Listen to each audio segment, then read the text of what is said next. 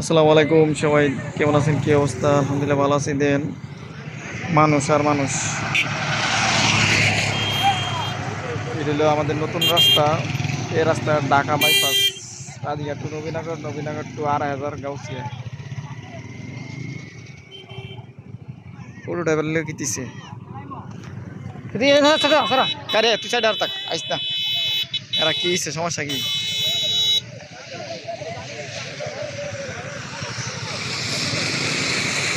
সমস্যা কিটা? তোকে লাগবে না কিটা?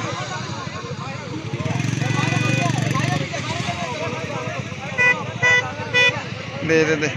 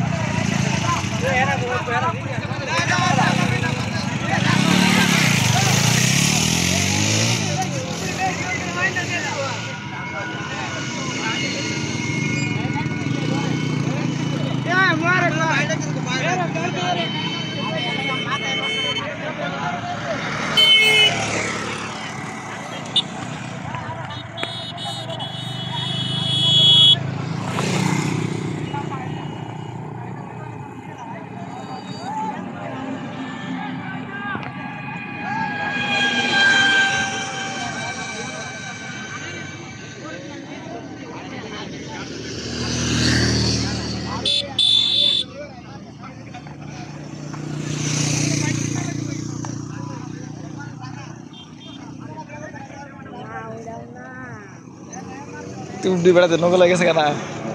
একটা গেছে আর একটা গেছে কু? এটা তো চালাইতে পারতি না। চালাবো কটা? আমি তো নিজে মুনি চালাতে পারবি? আমি চালাতে পারতাম না। হ্যাঁ